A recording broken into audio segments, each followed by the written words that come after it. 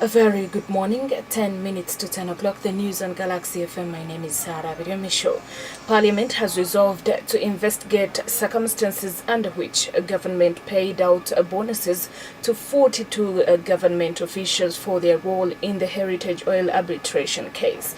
The resolution was reached in a session chaired by the Speaker of Parliament, Rebecca Kadaga, last evening, following a motion tabled by the Mbarara Municipality Member of Parliament, Michael Tusime. In his motion, Tusime urged that the fact that the money was solicited is it lost its characteristic of a reward like the President was arguing. The reward is defined in the Oxford Advanced Learners Dictionary as a thing you are given because you have done something good. A reward, therefore, is non-solicited, and in the circumstances of the case, since the payment was solicited, I think it lost a fundamental characteristic of the reward. Right, Honourable Speaker and Honourable colleagues, the payments are not in line with the applicable government guideline on the making of similar rewards, such as the payment of honoraria and the making of other rewards prescribed under the Public Service Standing Order of 2010 of the Government of Uganda. The Shadow Attorney General Wilfred Niwagaba told Parliament that bonuses were paid out in disregard of the law. I believe once this matter goes to a committee and a proper inquiry is made, we will not only find that this payment was morally wrong and illegal, but actually that there is a direct abuse and misuse of the petroleum fund. And for us to avoid the infamous oil curse, this is the time for Parliament to assert itself. Kadaga noted that throughout the debate there was a unanimous call for investigations into the matter. She promised to name a select committee today, Thursday, to handle this matter. I have not had any objection to investigation. The need for investigation has been unanimous. So I want to put the question that this House do approve the resolution of Parliament to investigate the circumstances under which awards were made for two public officers on the tax arbitration case between Government of Uganda and Heritage Oil and Gas. Those in favour say the contrary, no. So members, what remains is to formulate the terms of reference and also to formally name the relevant committee to handle the same. The Speaker of Parliament, Rebecca Kadaga, has directed legislators to go through the report of the Rules, Privileges and Discipline Committee, which has recommended to the House that proceedings of the Appointments Committee of Parliament be open up to the public. The debate comes up for discussion today, Thursday afternoon. The recommendation to have the proceedings open is carried in a committee report to Parliament on the amendment of the Rules of Procedure of Parliament, a legislative practice for each new Parliament to make its own rules. In the current Rules of Procedure used by the 9th Parliament, Rule 153 provides that meetings of the committee shall be convened by the Speaker of Parliament and the proceedings shall be closed.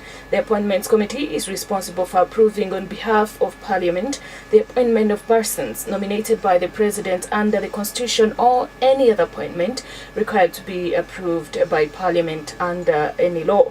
While presenting the committee report, Kenneth Clement Ongalo, the Rules Committee chairperson, noted that his committee received and discussed proposals to open the proceedings of the Appointments Committee to the public. The Speaker has in the past blamed MPs for voting against opening the committee, which she chairs, to the public. The Finance Minister, Matia Kasaija, wants the current Uganda Broadcasting Corporation UBC board and top management disbanded. Kasaija says this is the condition set by the Finance Ministry before releasing the 20 billion shillings for capitalizing the national broadcaster in the 2017-18 financial year. While presenting the National Budget Framework paper for the 2017-18 financial year before the Budget Committee on Wednesday afternoon, Kasaija noted that a recent audit by the Ministry of Finance found that most of the problems surrounding UBC are linked to mismanagement.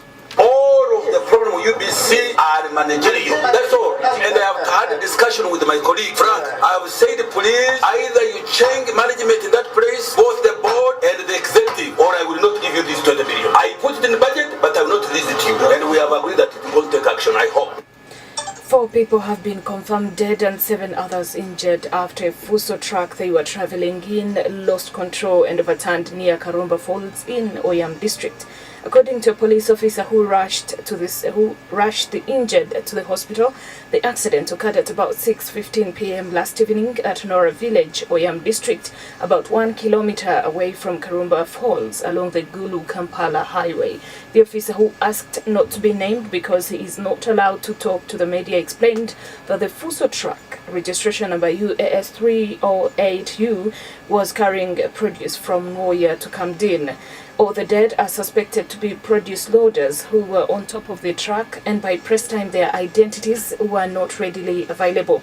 The bodies of the deceased were taken to Anyeke Hospital mortuary in Oyam, while the injured were admitted at Atapara Hospital, Abiel Sub-County in Oyam District. Police has blamed the accident on reckless driving and overspeeding. Also in the world, the Gambian President Yahya Jammeh is refusing to step down despite the threat of military intervention by neighboring states. Adama Barrow, who beat him in elections last month, is due to be inaugurated as the new president on Thursday today, but Mr. Jammeh has ignored the deadline. West African military forces are ready to enforce a transfer of power, and Mauritian President Mohamed Abdelaziz failed to break the deadlock at last-minute talks with Mr. Jammeh. Mr. Abdelaziz flew into the Gambian capital Banjul on Wednesday evening to meet Mr. Jammeh before flying on to Dakar Airport for further discussions with Mr. Barrow and Senegal's President Macky Sall. Health Tip. Health Tip is sponsored by Flucamol, your medication of choice for curing colds immediately. Many asthmatics with mild cough are in denial and call it allergies. They refuse to use inhalers, which help keep it mild. Ask your doctor for an inhaler immediately. A very good morning. That's all we could get for you. My name is Sarah Biryomumaisho.